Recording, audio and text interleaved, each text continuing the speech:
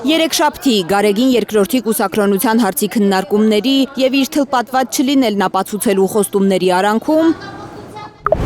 Նիկոլ Փաշինյանը Facebook-յան էջում տեղադրեց հոդված ՔՊԻ Civic AM կայքից։ Ռոբերտ Քոչարյանի, Սերժ Սարգսյանի, կալանավորված գործարար Սամվել Կարապետյանի, վեհափար Հայրապետի նկարների կոլաժով։ Հեղաշրջման պլան վերտառությամբ։ Բացառիկ ընդդիմության պլանը վերնագրով հրապարակման տակ 7 էջանոց մի թղթոն էր։ Civic-ի թղթակիցը պնդում է, թե ընդդիմության ներսում վստահելի աղբյուր ունի, որն էլ իրենց է տվել ընդդիմության հեղաշրջման պլանը։ Ինչ-որ մեկը իբրև նստել, ենթավերնագրերով եւ փուլերով նկարագրել է, ինչ պետք է անի ընդդիմությունը Նիկոլ Փաշինյանի ռեժիմը տապալելու համար։ Ձևակերպել է 8 փուլ Փաշինյանի գրչին արժանի վերնագրերով։ Գաղտնի ալիք, ներսից քայքայում, լուր ճնշում, տագնապի ազդանշան եւ այդպես մինչեւ որոշիչ փուլ, որն իբրև պետք է սկսվի սեպտեմբերի 20-ին եւ 21-ին Փաշինյանի հրաժարականի պահանջով։ Ըստ հրապարակված թղթի իշխանափոխության կարգախոսն է հեռացիր, որ ապրենք։ Այս process-ը պատմության մեջ կմնա որպես ստահակների ձախողված հեղաշրջում։ Այս ստատուսով էր Փաշինյանը Facebook-ում տարածել Civic-ի հոդվածը ու քաղաքացիական պայմանագրի վարչության նիստ գումարել։ Շատ չանցած պարզվեց, դատախազությունը իշխանությունը տապալելու ենթադրյալ պլանի հրապարակումը ուղարկել է քննչական կոմիտե։ Արդեն այսօր վաղ առավոտյան խուզարկություններ սկսվեցին Սրբազան պայքար անունով հայտնի շարժման աջակիցների բնակարաններում։ Մի քանի ժամից քննչականը 1028 բառից կազմված հայտարարություն տարածեց այնպիսի դետալային նկարագրություններով, ասես քննչական գործողությունները շարունակվում էին 1 տարի։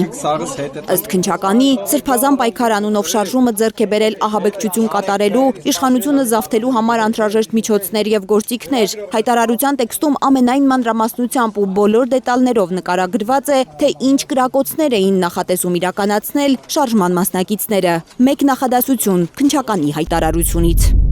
Հայաստանի Հանրապետությունում իշխանությունը զավթելու իրենց հանցավոր նպատակն իրագործելու նպատակով ՎԳ-ն եւ հանցավոր խմբի մյուս անդամները պլանավորել են կատարել ահաբեկչություն։ Այն է քաղաքացիական անձանց կյանքից զրկելու, առողջությանը ծանր կամ միջին ծանրության վնաս պատճառելու, խոշոր չափերի գույքային վնաս պատճառելու եւ այլ ծանր հետևանքներ առաջացնելու վտանգով զուգորդված հրավտանգ արարքներ։ Մասնավորապես Երևան քաղաքում եւ հանրապետության այլ ճանապարհներին գտնվող թունելները գծապատելու, տրանսպորտային միջոցների հիմնական շարժն ապահովող խոշոր եւ բանուկ փողոցներում, պողոտաներում տասնյակ ավտոմեքենաների վթարների տնձևացում, իսկ իրականում դրանց դիտավորյալ բախումները կազմակերպելու, ինչպես նաեւ այլ այդ թվում տրանսպորտային միջոցները վնասելով կամ դրանք այրելով կաթվածահար անել ողջ հանրապետության տրանսպորտային շարժը, հազարավոր հրավտանգ միջոցների համաժամանակյա գործադրմամբ իրականացնել պայթյուններ, դրանցով կրակոցներ արձակել շենքերի եւ շինությունների պատերին տարբեր միջոցներով եւ այդ թվում էլեկտրաէներգիայի եւ ինտերնետային կապի սնուցման մալուխները,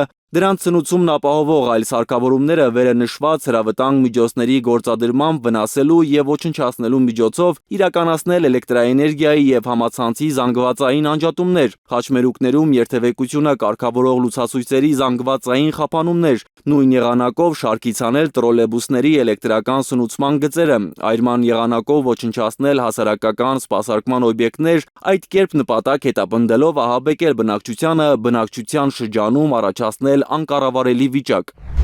Իրավապահները կանխեցին Հայաստանի Հանրապետությունը ապակայունացնելու, իշխանությունը բռնազավթելու քրեաօլիգարխիա-կղերական խոշոր ու եղկելի պլանը։ Այսպես է քննչական կոմիտեի հայտարարությանը արձագանքել Նիկոլ Փաշինյանը։ Խորհրդարանական ընդդիմությանը զվարճացրել է հրապարակված հեղաշրջման պլանը։ Հայաստան խմբակցության պատգամավոր Լևոն Քոչարյանի կարծիքով հեղափոխության պլան գծողը ու քաղաքապետարանի խաչմերուկի նոր երթևեկության պլան գծողը նույն մարդն է։ Լարա Արաքելյան, Հարություն Մաթևոսյան, Հայլուր։ Հայաստանում եւ աշխարհում տեղի ունեցող իրադարձությունների մասին առաջինն իմանալու համար բաժանորդագրվեք մեր ալիքին, սեղմեք զանգակը, որ բաց չթողնեք ամենահրատապը, ամենակարևորն ու հետաքրքիրը։